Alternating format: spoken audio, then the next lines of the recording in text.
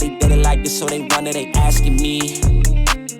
What is up, everybody? Welcome to episode 13 of Sports Card Talk.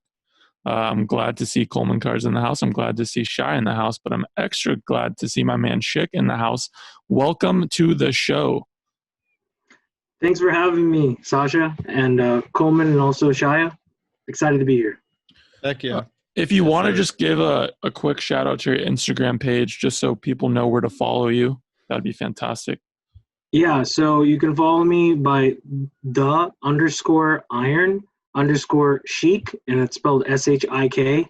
It's not the wrestler because that's the last four letters of my name, so that's why it's SHIK.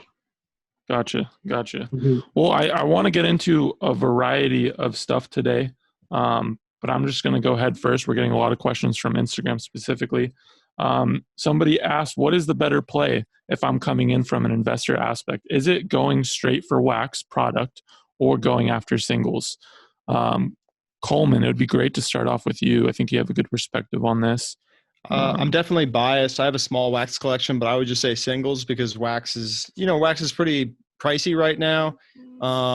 But it just depends what you're trying to do. Wax is obviously safe, but it's very pricey as well. Singles, you get margins on if you're grading, if it's raw, and then just depending on who you're buying and stuff, if it is graded, it could go up, down, sideways, depending if it's a prospect or it just depends on circumstances. But I'm a singles guy.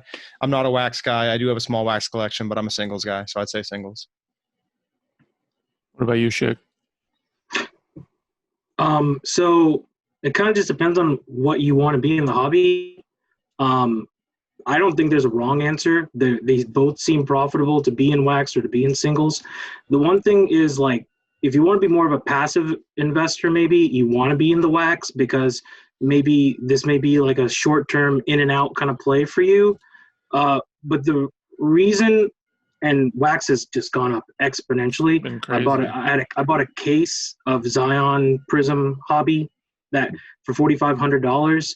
And I split it between all my friends. I drove up to Louisville. We just ripped it all because it's my boys. Told them, hey, don't pay me extra. Just want to have fun. But that case is like, 10x now? So the thing, though, why I have a small wax collection, too, kind of like Coleman as well. I've always had this mantra, okay, I'm going to build wax. I'm going to go get more. But then I'm not the guy that will go and rip it. But then I'm just like, I'm bored with it. So then I don't know what to do, and I get antsy, and then I'll try to include it in some trades and some deals or something and get out of it so I can get some cash. The reason that I think I'm not more into wax, even though I know it's profitable, is what has gotten me to this point is making deals with other people on cards and singles. So that kind of interaction, that kind of negotiating, deal making, like those people, they come back to me sometimes for other deals. And I feel like if I sold wax, then maybe they're only going to be looking for wax. I don't get both, at least in my interaction. I don't know. I'd love to hear your all's perspective. Well, just to jump on that, I would say, I carry around my card case with all my slabs in it and stuff. And if I took all those slabs out, I'd only be able to fit like 3 or 4 boxes in there. So, I have an entire inventory of singles, and people can thumb through it and pick out whatever player they like, as opposed to only being able to carry a couple of boxes on me. So I'm just saying from a size standpoint, it's the same thing with sneakerheads getting into slabs and stuff, is the fact that they're just so small and, such small tangible assets that you can stack a bunch of and they don't take up a lot of room. So that's another thing too, is just the whole geometry of it. I know Shaya has been in the wax game recently. If you want to talk a little bit about that. Yeah, so I have been adding stuff slowly. As we all know, wax has gone up, and especially for the Prism hobby, especially in basketball, it's very expensive, let alone to rip, but also to stash, because it's a large amount of money you're setting aside, which could be going towards flipping stuff and grading. I really just think it comes with the time. It comes to what opportunities are presented when you're entering the market. Right now, I personally think there's a lot of great opportunities in certain wax products. So I'm personally hopping on that, but there's also great opportunities in singles. So I think it's just a matter of how much you want to spend. Also, I would say with wax, it kind of takes a lot to get into it because you need if you're buying like, let's say retail, you kind of need to buy bulk in order to see like very nice margins and profits. While with singles, you can pretty easily go and find a $10 card, PSA it, wait, get $100, and then continue with that. So it's just a different game, but ideally, I think a little bit of both is great. I think that the interesting thing with wax is that it actually has it. I mean, we all know it's a great investment, but at the same time, it's like not for me personally. It's not fun. Like I can look at a card, physically look at a card and see it. Whereas wax, if I'm buying, like I literally have a literally case right here of 2017, 2018 mega boxes for Optic, but like I can't do anything with it. It's just a box that I'm like looking at. Like the only thing, like, yeah, you can use it as an investment, but the only other thing is to rip it, and that's not cool. So like I just don't think it's as fun. Like with like singles, like you're talking about, Shik, like you can like you could talk to your friends about it. You can tell stories behind it, right? Whereas wax is just kind of sitting there. But great investment, right? I mean, the other thing is, it's like if you think about it from another light, and what Shaya is trying to do, it's kind of like the gift that keeps giving, because every single day there seems to be a new breaker, and they need your product, and there's only an X amount there is. Now, we know that there could be overproduction coming in the next season. We don't know what that's going to be like, but talk about pre-2017, man, it's limited. Yep. I like what Shaya, like, I'm not going to give the details of what exactly Shaya is doing in the game right now, but I think there's a lot of smart plays where you can stock up on whatever wax your basketball, soccer, whatever it is, and you can make, 100% return or whatever in a couple months. Like that's where we're at in terms of the market with wax. Like in some cases, again, a lot better returns than going for singles. I want to point this out real quick. With wax, a big plus is you're investing in the class. You're not investing in one player, especially if you're new to the market and you're not so sure, not so sold. If you go buy wax, you're investing in, let's say it's football, you're investing in all the QBs, all the running backs, all the wide receivers, or in the NBA. You're just investing in the whole class. It gives you a lot more safety, but also allows you with that explosive potential in case somebody just goes crazy or a bunch of people start going up, which in turn make the box prices go up as well. I want to shift gears a bit about something that happened super recently. James Harden was traded to the Brooklyn Nets. How are we feeling about that? Well, first, we'll just talk about from a player's perspective. How are you just feeling about it as a fan of the NBA? I mean, it's super fresh, so I really want to get all your guys' perspectives. I don't know if anybody wants to jump in first and tackle it. I'll go ahead and jump in. I think, the NBA has always been my soap opera. Like if I'm an old lady, right? It's my stories. So look, I don't know that it's going to end up very well, just because it's a lot of drama and a lot of, a lot of divas on one team. Like there's no ifs, ands, or buts about it. Like KD's like, he's an emotional guy. It doesn't mean it's a bad thing. Like, doesn't mean it's bad to be emotional, but he's an emotional guy, and he's a little sensitive and stuff. And then you got Harden and his ego, and then you got Kyrie, obviously. So, but from a drama standpoint, I am very stoked because like this is going to be so many amazing headlines coming out of Brooklyn, and now the only thing is like all the drama is going to take away from some amazing performances that are going to be going on. But I personally think that's an opportunity because, you're going to have these younger players that are having massive games, like 35-point triple-doubles, 40-point games, whatever, and their headline is going to be completely overshadowed by Kyrie, incensed the entire locker room or something like that. So, that's how I feel about it.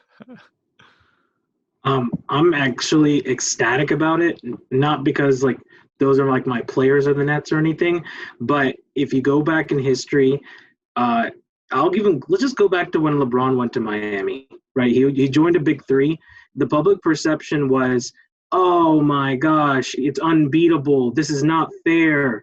But if you really go back into the 70s, the 80s, the 90s, dynasties have been a part of basketball for a long time. I'm not saying the Nets are going to be a dynasty, but what I'm saying is you have that kind of talent on one team versus the Lakers or the Clippers, whoever you want that comes out of the West as well. I mean, now I'm not saying that. I think a lot of people think Lakers are the favorite. Let's call it what it is. But now we're thinking if this team can stay healthy and they figure it out, who knows? Maybe they can give them a run for their money. I'm not saying that I'm not going to give them a championship. They still got to go through Giannis and other pieces like that. But take a look at the last 21 years. If you look at the last 21 years, there's only been about 2 teams that have won without a lot of Hall of Famers.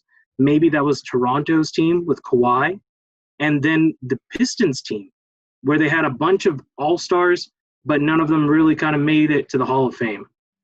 So I like 1 versus 2. I love like Coleman was talking about, the drama, the storyline. Kyrie's out in some bar in New York. Harden's eating a hot dog. I want to hear that stuff. What about you, Shaya? Yeah, I definitely think the publicity will be there.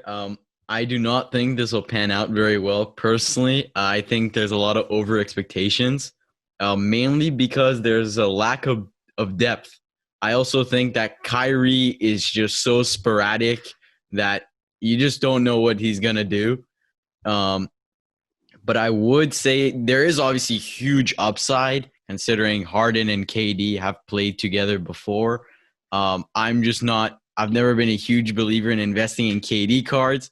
I'm actually curious what you guys think about the KD market now. Shia missed out on so much dough. I don't know. Like, okay, so are we certain that this is going to help the KD market? KD market has already went up. I don't think it's going to help his numbers, though. It's going to drop his numbers. Right, but I think that let me go into this though. I think Harden, if all 3 of them can make it work, it's going to be insane. But the KD market was always undervalued because he was on the Warriors and he didn't do it on his own. He went and joined a championship team. KD can win on his team, on his own team in New York. Mm-hmm. That puts him in that, top 10, he jumps into my top 10. He jumps into my top 10 if he can win one with Brooklyn. If you mess with KD, right? Like if you're a KD fan right now and you got a little bit of dough, it's like what, like $6K for a top scrum 10? LeBron's at 20. It's very interesting. Like, why can't that be a 12K card? I think it's a massive gamble. I would stay away from it. Shaya's I'm not saying to stay away. Shia said to stay away from it at 1,200. He's just bitter. He didn't get it. I am not bitter. You guys also got to think KD just recovered from a massive injury. I do not trust. Like, what if KD goes out and gets injured all of a sudden? Okay. Yeah. Then you're screwed. What happens if Luka snaps a fucking leg? You know what I mean? Well, then I think Coleman has an opinion that it wouldn't go that far down because there's a lot of Luka collectors. So let's before the boom in 2020, right? If you go back and you look at KD Chrome, like the PSA 10s per se, they were a little under like $1,000. Okay, that's what they were going for late 2019, something like that. I remember I had chances at him for $500-$600 all day, every day for years, probably. So it's never going to go down. The floor for him is never going down there because we've entered into a new realm of card collecting. Yes. So what is his floor? Is his floor 3 or 4K? And maybe in a year or two, they may figure it out and maybe he's in the finals or something. I know that's a little bit of a longer term play, but you're probably going to get your money back if you believe that he's going to stay somewhat healthy. I know, Shai, that's a big risk. He's already what I feel is top 15 all time. I have him there just because of his ability. I think Kawhi's an interesting play right now.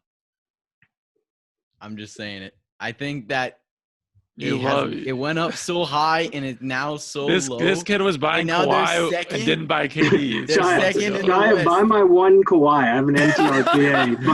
Buy it. That's too expensive. I think you have a point, Shia, though. I think Kawhi is sneaky in some aspects, but at the same time, like, this is actually something I found really interesting. I was talking to a collector that's from China, and he said that in China, there's massive James Harden fans. Really? and massive James Harden fans. And I As was a like, Chinese, yeah. yeah, and I was like, cool, because Houston, right? Houston and Yao. Yeah, so I was like, that's like interesting. Like, Oh, then he comes to Brooklyn. Like, what if he, like, you know what I mean? I feel like that's somewhat of an interesting play, and that's why I brought up the Harden topic, because the second thing is, like, what do you guys think about his cards currently right now? Well, Harden NT at a 99 BGS 9.5 is an auction for I think 27K on PWCC right now. That's already an all-time high, like by a lot. I'm pretty sure. I don't know. You'd have to fact check this, but I'm pretty sure like the highest BGS 9.5 sale is like 12 or 13K. Like maybe it's more, but if it is, it's not very much. Maybe it's less. If it is, it isn't very much. It's somewhere around there, and it's already doubled.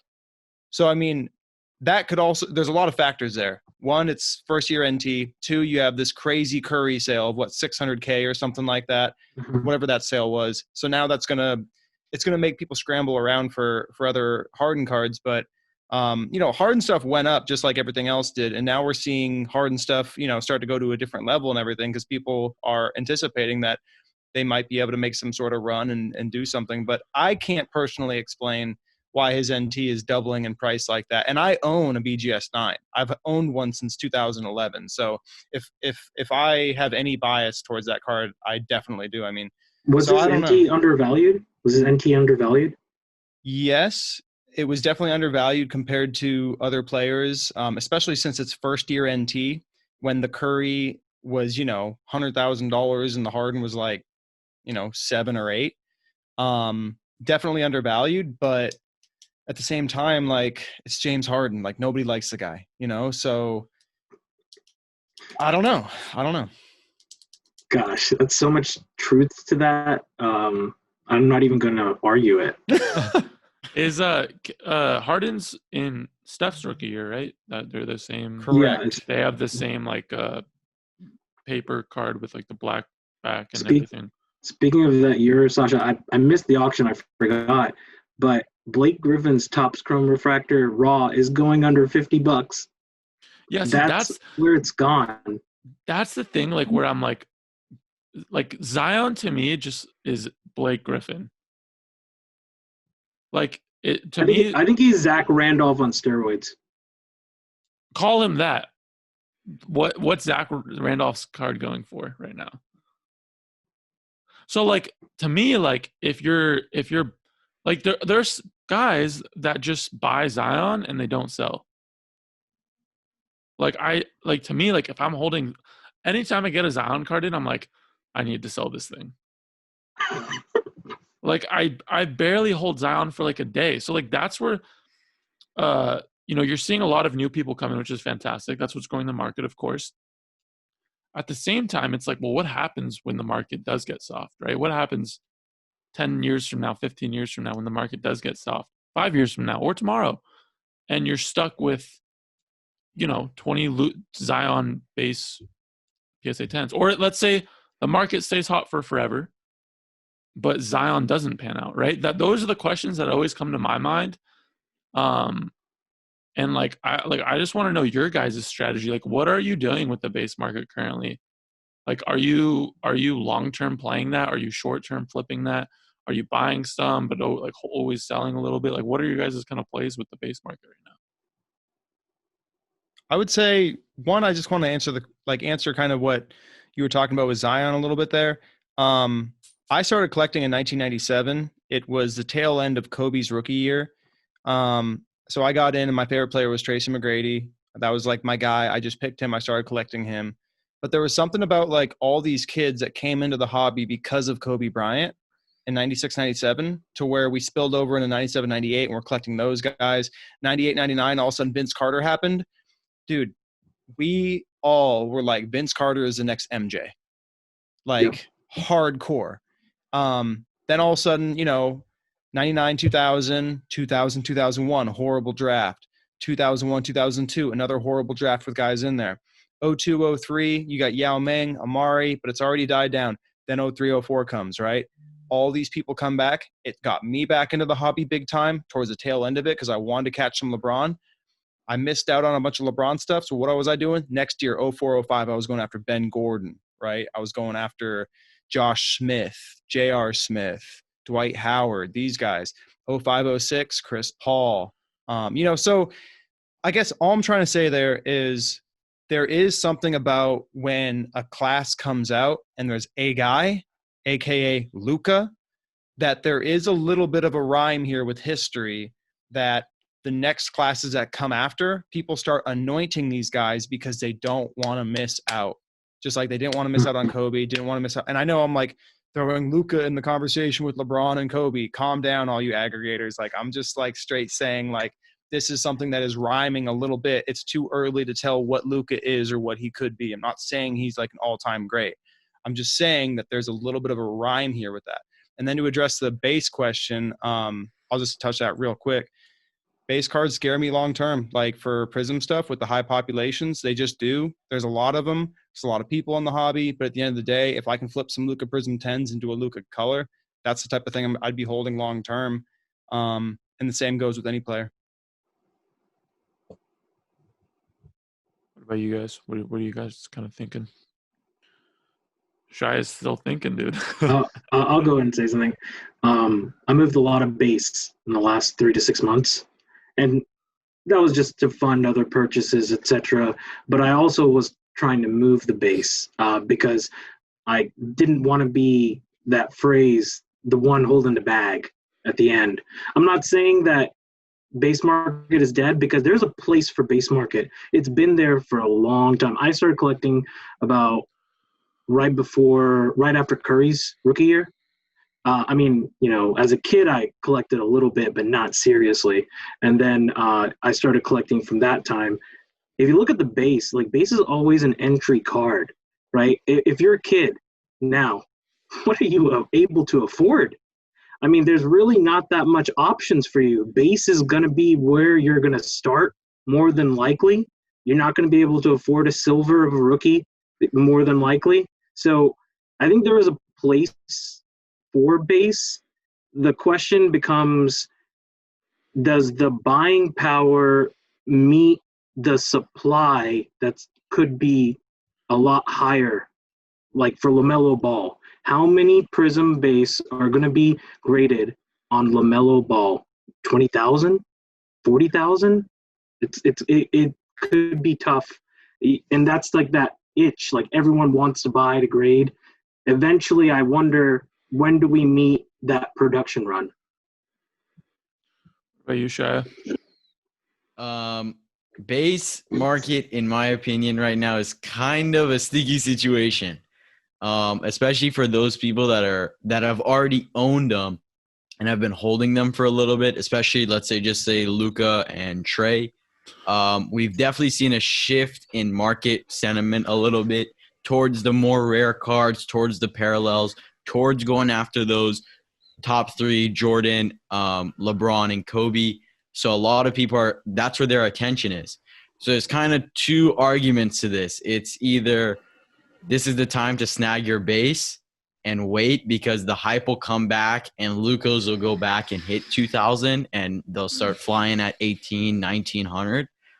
The other one is, no, the base market is going down. It'll sustain at a certain level, but people have come to their senses and base was overpriced in the first place, and the base market isn't good long term.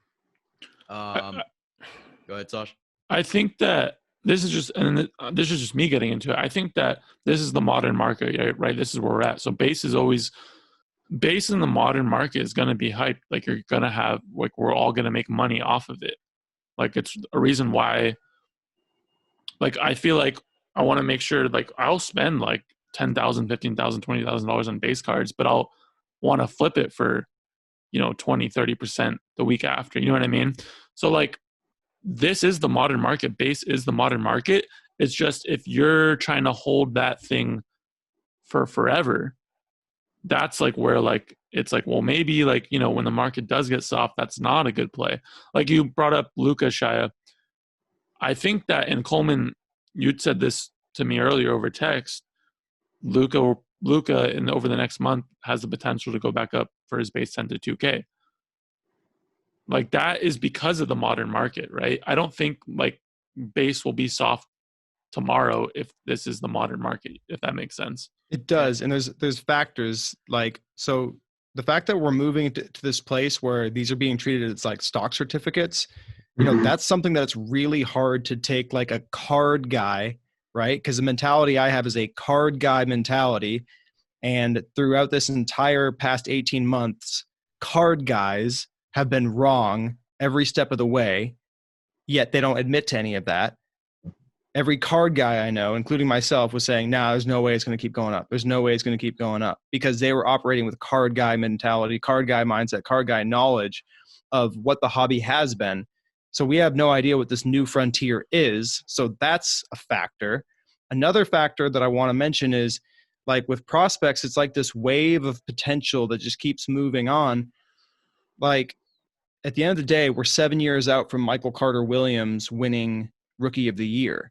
If we were in the market, if that was the market right now and he was winning the Rookie of the Year right now, it would be a crazy value, right? It would be a crazy value. It'd be through the roof. It'd be through the roof because he's winning Rookie of the Year. He's showing out, right? He's like the best player in the class, apparently. And then it just keeps moving on and slowly things fade away. So it's what's going to stick. Who's going to stick? Who's going to be something that sticks? And the reason why Zion can stick is because how much money is put behind him marketing wise, and how the NBA has basically made it pretty clear through how they're spending their money that they want him to be a face of the league. That being said, if he doesn't play well and win, like that can go away. So I just personally think Luka has shown us already that he's a force that will stay for a long time.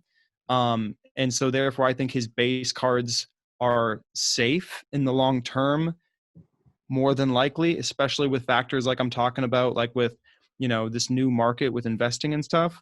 But at the end of the day, a lot of these guys aren't going to be. They're just not. Like, there's no way that Nickeil Alexander-Walker, you know, and some of these other guys, I'm not trying to pick on anybody, but he had 37 points last night, right? There's no way that it can sustain with all these players. Can I say something? And Coleman, I will be, I'm ready to tell you that I was the arbitrarian to the Luka base and Luka story. I think for many months, I would not believe that Luka is what he is. I give him his credit now. For a very long time, I was that guy that was saying base will crash on Luka. Base will crash on Luka. Just from my experience of collecting and what I felt like, how much I didn't realize how strong our market was too. I think that was part of it as well. I am now not on the idea that the Luka base market will crash. And that's because I have a different belief on what I think the cycle is showing now. So there are a lot of people that bought base that has gone down. Like RJ Barrett got really hot and then he got low. Now he's hot again. So you could have sold on the downturn. I'm just giving an example here. What I think is happening for Luka is because, I'm telling you, I was a contrarian. I didn't think this was going to happen, but I think this is what's happening now. Just for your information, I thought it was going to crash every second of the way. Yeah. So he does not have to win this year for his effect to happen. What I think we're seeing now is because it is built in, the money is built in on the high-end stuff for the people that have bought it, that we're going to give him 2 to 3 years to kind of figure it out. So what I think is going to happen is, and I'm not saying the base goes to 4,000 or something like that, but I think it will hold. And I'm thinking in my mind, this is just me, one person thinking, get me to a conference final in the next 3 seasons. Get me to a conference finals. If you get me to there, then we know, and I'm not doubting his ability, but for the price to hold, sometimes eventually you have to win. You have to win maybe 3 or 4 seasons. Show me some success in the playoffs. You don't have to win a title. Look at Giannis prices. They have stayed really high, and he has yet to make an NBA Finals because people think it's coming. You know, he's shown MVP. Luka is going to win an MVP. I think he's going to win this year, actually. So we'll see what happens. Like you're saying, checkpoints, right? Like as long as he shows us that checkpoint, the market will hold. Like he shows us that conference finals in like 2 or 3 years at least, boom, He hits the checkpoint he needs to hit. The same thing that like, you know, a LeBron would hit or a Kobe would hit or one of these guys that like, you know, we really believe in because we look back and we're like, oh, well, LeBron was able to do it. Okay. And okay. So, well, hey, Luka got to, okay. You know, so yeah, I agree with that 100%. Do you think that like Luka fuels the young base market? Like he's like he's a value setter. Yeah, absolutely. Everyone's derivative The founder. to Luka. True though. So like, It's true. well, I mean, look at what's interesting, right? And this is something that Chris HOJ like, you know, explained to me and it made a lot of sense is, so Kobe passing away, rest in peace, in January 26th, we're coming up on almost a year. He took off and then LeBron Topps Chrome took off because people said if Kobe Topps Chrome is worth this, then LeBron Topps Chrome should be worth this. So Kobe was the value setter for like a lot of this market activity. There was a lot of other forces too. And then LeBron went up. So LeBron is also a value setter, but he's also kind of derivative. Luka is a pure value setter, in my opinion. That makes sense to me. And I have a question to ask you guys because I think a lot of you have had a lot more Luka than me. And this question is, say that somehow something happens and people don't believe in Luka anymore. My question to you guys is, where do you think that money goes? Because I think that's an interesting opinion. I think a lot of people would think differently. Everyone thinks differently. It goes to the GOATs.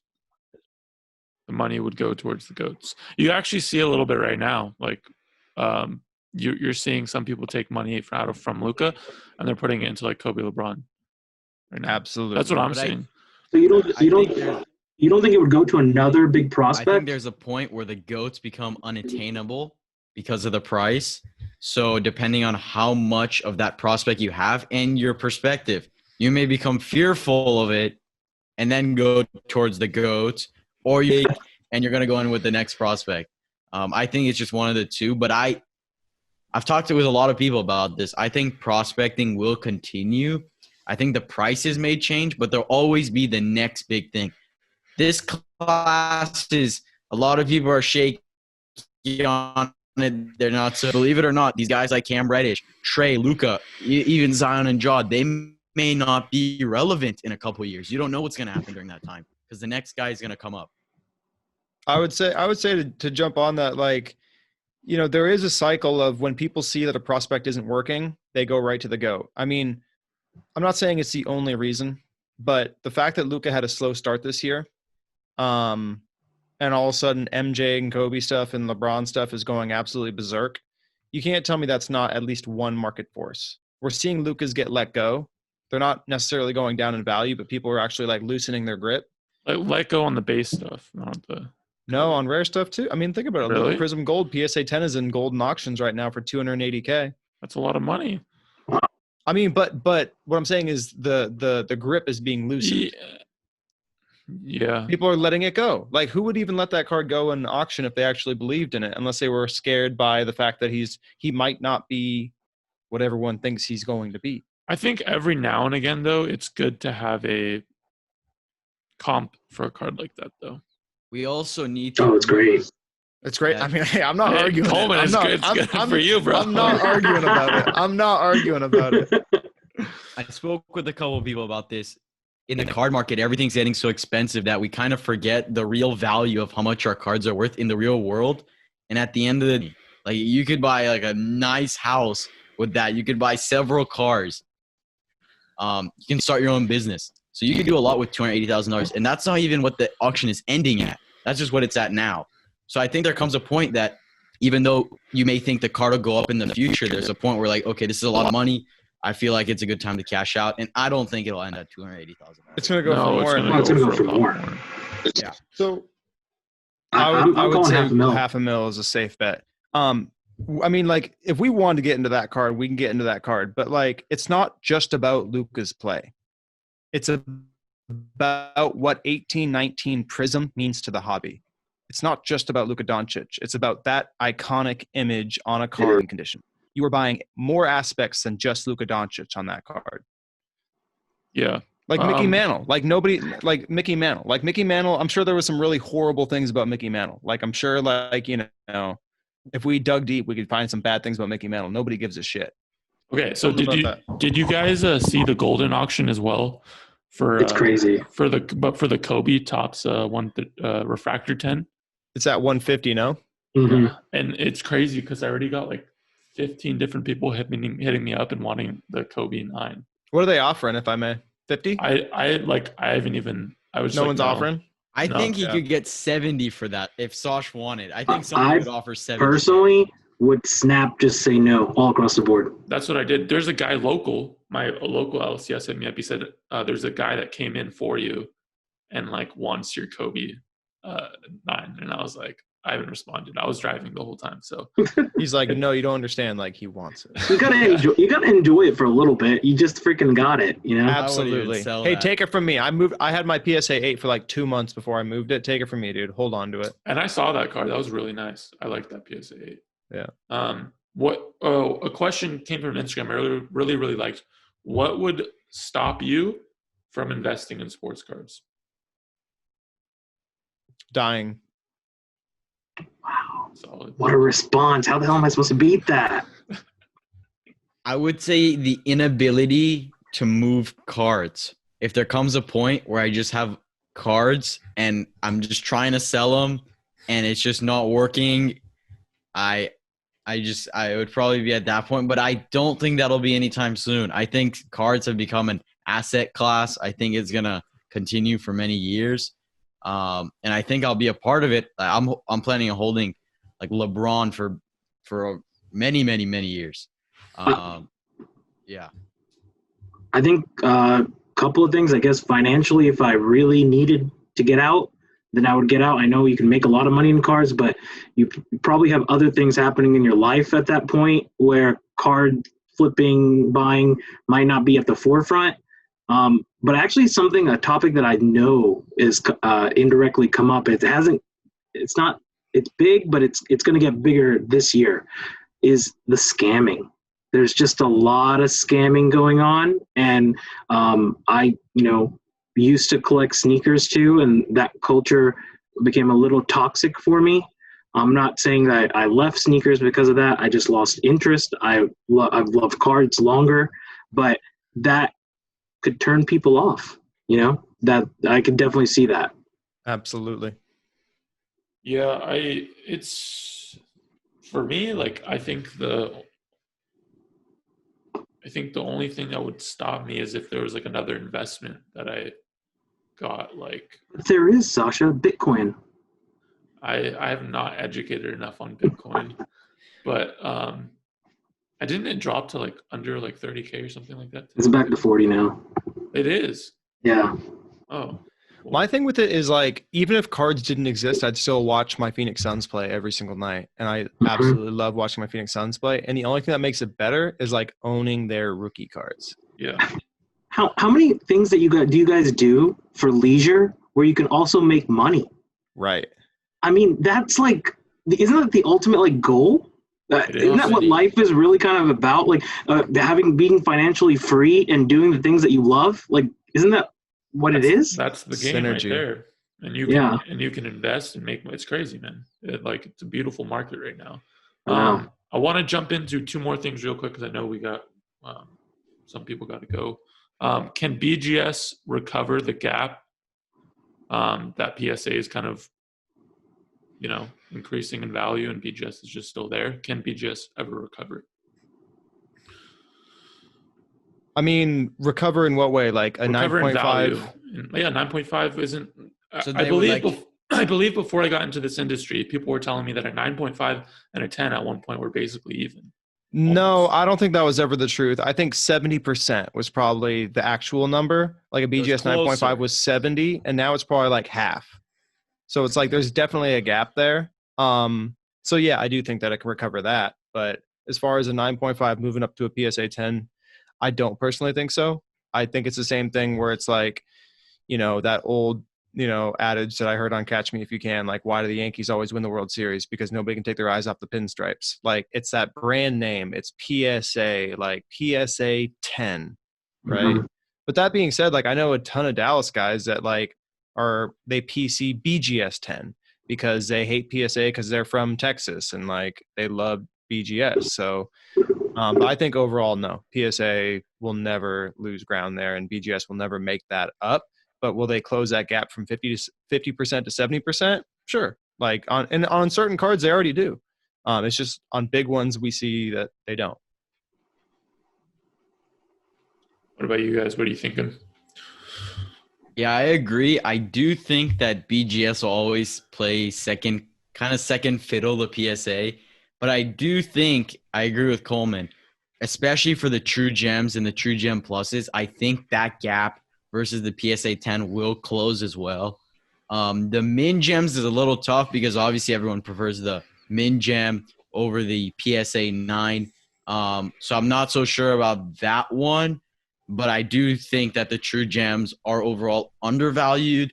But there's also a lot of sketchiness with BGS because there's the fake slabs now. So I don't know. There may be some hesitancy when buying slabs from BGS going forward unless there's some more clear, verification. So gosh, there's so many factors into this.